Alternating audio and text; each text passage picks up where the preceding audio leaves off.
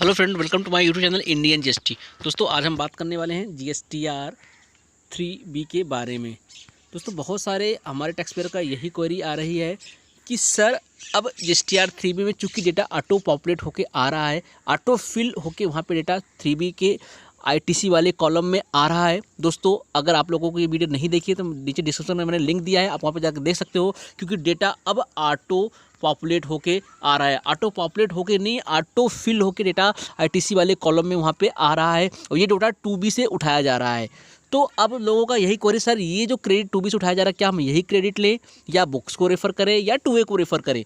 तो दोस्तों, अब मैं आप लोगों को बता दूं कि जो ऑटो पॉपुलेट डेटा होके आ रहा है 2B से, ओ फिगर प्लस उसका 10% करके आप क्रेडिट ले सकते हो। पोर्टल में कोई भी प्रकार की इशू नहीं होगा।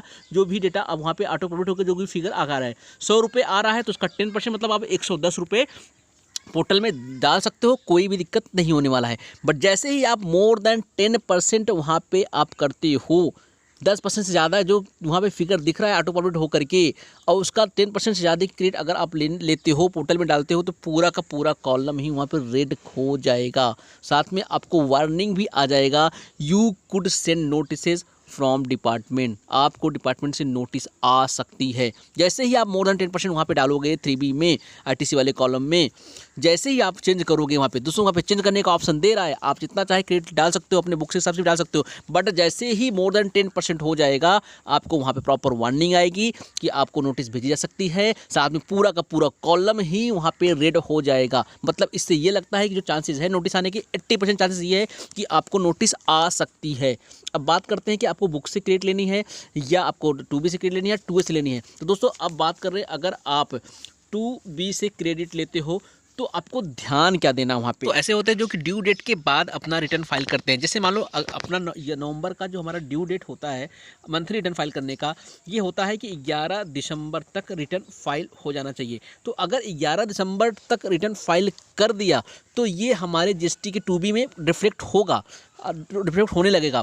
बट अगर सपोज दैट 11 दिसंबर के बाद अगर वो डेटा रिटर्न फाइल करते हैं अपना, तो ये भी 2B में दिखेगा। बट 2B में एक रिमार्क्स आता है, you are not eligible for ITC, आप इस आईटीसी को नहीं ले सकते क्योंकि कट ऑफ ये डेट, ड्यू डेट जाने के बाद रिटर्न फाइल किया गया है। वहाँ पे स्पेसिफाइड रिमार्क्स में लिख के ये चीज़ें आती है।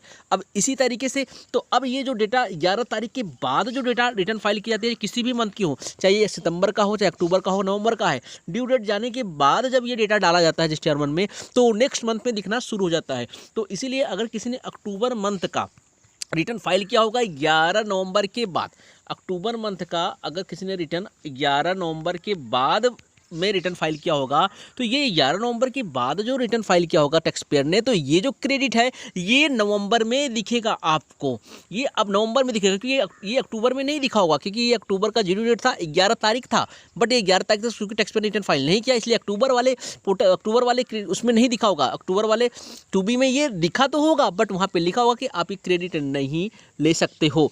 अब ये क्या करेगा, नवंबर में ये रिफ्लेक्ट हो जाएगा, आपके नवंबर वाले में क्रेडिट में रिफ्लेक्ट होके आएगा। तो आपको इसीलिए यहाँ पे सावधानी देनी है कि जब भी आप अगर 2B के थ्रू अपना क्रेडिट लेते हो, तो आपको 2B को एक्सेल में डाउनलोड करना है। एक्सेल में डाउनलोड करने के बाद आपको पहले क्या करना है, फिल्टर लगा लेना है सिर्फ नवंबर मंथ का फिल्टर लगा के ही आपको क्रेडिट लेनी है। और वही क्रेडिट लेनी है जो 11 तारीख तक रिटर्न फाइल किया गया है। 11 के बाद जो किया होगा वहाँ रिमार्क्स में लिख के भी आएगा, वो भी क्रेडिट आपको नहीं लेनी है। अब बात करते हैं कि अब क्या हम 2A और बुक से भी क्रेडिट ले सकते हैं। तो दोस्तों, अगर आप बुक्स या 2A को रेफ़र करते हो तो आपको वहाँ पे ध्यान देना है, आपको अपना रिकन्सिलेशन बना लेनी है। अगर आप रिकन्सिलेशन नहीं बनाते तो आपको इशू हो सकता है।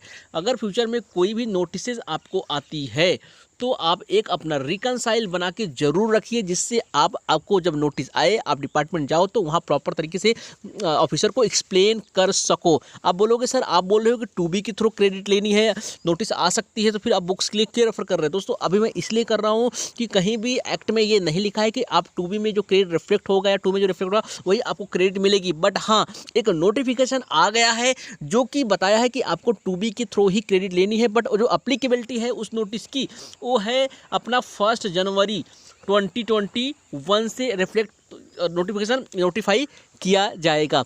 नोटिफिकेशन आ गई है, उसमें जो डेट दिया है 1 जनवरी 2021 से दिया गया है। चूँकि यहाँ पे पोर्टल पे 2B 2-3 महीने पहले से ही 2B रिफ्लेक्ट हो रहा है, 2B दिखाया जा रहा है, बट अपने को जो क्रेडिट यहाँ पे जो नोटिफिकेशन आई है वो 1 जनवरी 2021 से रिफ्लेक्ट एप्लीकेबल होगा। तो अभी आप नवंबर का, अक्टूबर का, दिसंबर का क्रेडिट आप 2B के थ्रू भी ले सकते हो, अपनी बुक्स के थ्रू भी ले सकते हो। दोस्तों ये आप पे डिपेंड करता है, ऑप्शनल है, आप लेना चाहो तो ले सकते हो। बट अभी जो ये 2B की बात बोली गई है, भले ही पोर्टल पे ये दिख रही है, लेकिन इसको जो नोटिफाई किया गया, जो नोटिफिकेशन आई है 1 जनवरी 2021 से ये एप्लीकेबल होगा। तो आपको ध्यान देना है, अगर आप 2A के थ्रू या बुक्स के थ्रू जाते हो तो आपको एक प्रॉपर रिकन्सिलेशन बना के रखना है कि जैसे आपको नोटिस आए तो आप वहाँ पे प्रॉपर तरीके से आके एक्सप्लेन कर सकते हो। बट अगर आप 2B के थ्रू लेते हो तो 2B आपको ये ध्यान देना है, आपको एक्सेल में डाउनलोड करना है, वहाँ पे एक फ़िल्टर लगा के अपना सिर्फ नवंबर मंथ का क्रेडिट लेना है, जो 11 तारीख तक क्रेडिट दिख रही है वही आपको लेना है, प्लस 10% आपको लेना है। उससे ज़्यादा अगर आप लोगे तो सीधी सी बात है, वहाँ पर रेड आएगा, वार्निंग आएगा आपको कि आप क्रेडिट नहीं ले सकते हो, चूँकि इवन पोर्टल आपको फाइल करने को दे रहा है। अगर आप ज़्यादा भी क्रेडिट लेते हो तो भी पोर्टल मना नहीं कर रहा है कि आपको रिटर्न फाइल करने से, आप रिटर्न फाइल कर सकते हो, बट आपको वार्निंग वहाँ पे प्रॉपर तरीके से पूरा का पूरा टैब ही रेड हो जाएगा और आपको वार्निंग 2-3 बार आएगा। तो इससे चांसेस है कि नोटिस 80% चांसेस है कि नोटिस आपको आ सकती है। तो आप एक रिकन्सिलेशन जरूर से जरूर बना के रखिएगा। तो दोस्तों अगर वीडियो अच्छी लगे तो मेरे चैनल को सब्सक्राइब करना बिल्कुल मत भूलिएगा, बेल आइकन को भी प्रेस कर दीजिए, जिससे आपको लिए मैं ऐसा नया वीडियो लाता रहूँ।